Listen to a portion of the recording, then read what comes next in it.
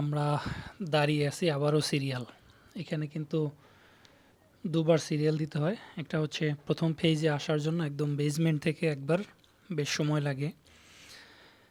আবার ফেজ অনে এসে এখানে কেবল কার চেঞ্জ করে আবার ফেজ 2 এ যাওয়ার জন্য অন্য একটিতে উঠতে হয়। এখানেও কিন্তু প্রচুর সময় লাগে। প্রায় আধা ঘন্টা থেকে ১ ঘন্টা সময় দাঁড়িয়ে থাকতে হয় এটাতে উঠার জন্য।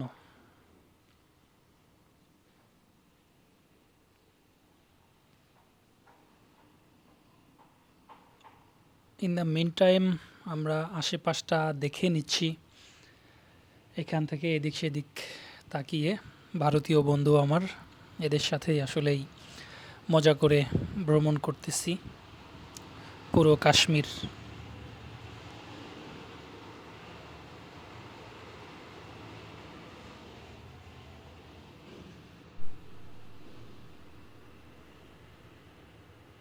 খুব কাছাকাছি আমরা চলে এসেছি লাইনের কেবল কারে ওঠার জন্য।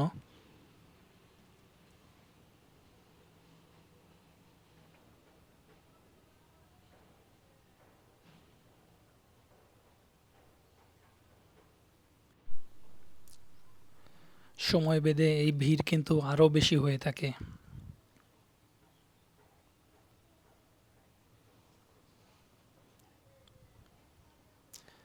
দেখুন কত বিশাল একটি লাইন।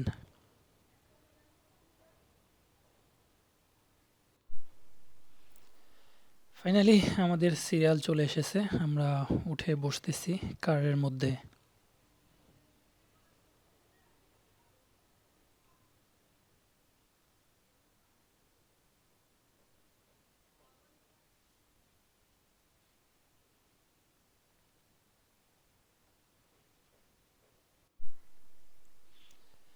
ফেজ 2 তে যাওয়ার পথটা কিন্তু আরও বেশি এক্সাইটিং। আমরা ফেজ 1 এ আসার সময় দেখছি মোটামুটি বরফ পড়ে আছে, যেহেতু ডিসেম্বরের প্রথম সপ্তাহ, সো তুলনামূলক কম। তবে কাশ্মীরের অন্যান্য পয়েন্ট থেকে অনেক বেশি এইখানটাতে বরফ আমরা দেখতে পাচ্ছি।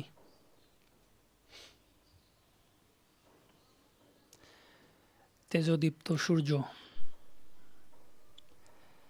একদম বরফ পড়ে সাদা হয়ে আছে। আমরা যত বেশি উপরের দিকে যাচ্ছি, দেখুন ওই যে দূরে বরফের পাহাড় দেখা যাচ্ছে। ওইখানটাতে কিন্তু বিন্দু মাত্র জায়গা খালি নেই, বরফ দিয়ে পুরোটাই হচ্ছে ঢাকা।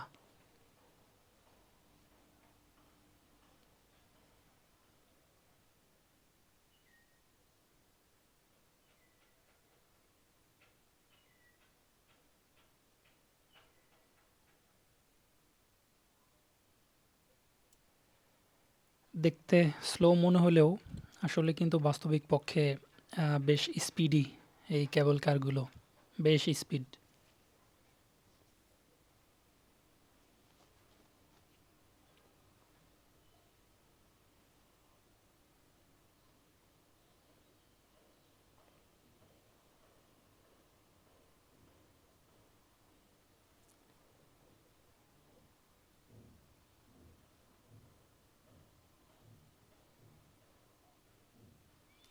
পাশ দিয়ে কিছু খালি কেবল কার যাচ্ছে, হয়তো বা ওটি দিয়ে আহ, মাল সামানা বা গুডস যেগুলো আছে এইগুলো হয়তো উঠানামা করানো হয়। আমার আইডিয়া নেই এই বিষয়টাতে।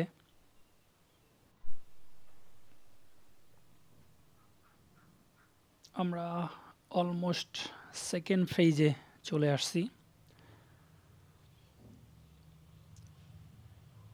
দেখুন কি পরিমাণ বরফ পড়ে একদম সাদা হয়ে আছে, বিছানার চাদরের মতো।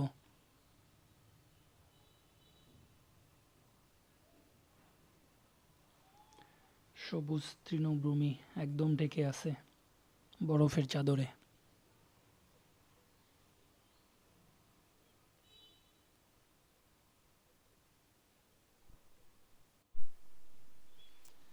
আমরা এসে নেমে পড়েছি এরপর হচ্ছে গুলমার্গের সেকেন্ড ফেজের যে সৌন্দর্য আছে সেইগুলো আমি পরবর্তী ভিডিওতে আপনাদের দেখাবো ছোট ছোট করে খণ্ড আকারে।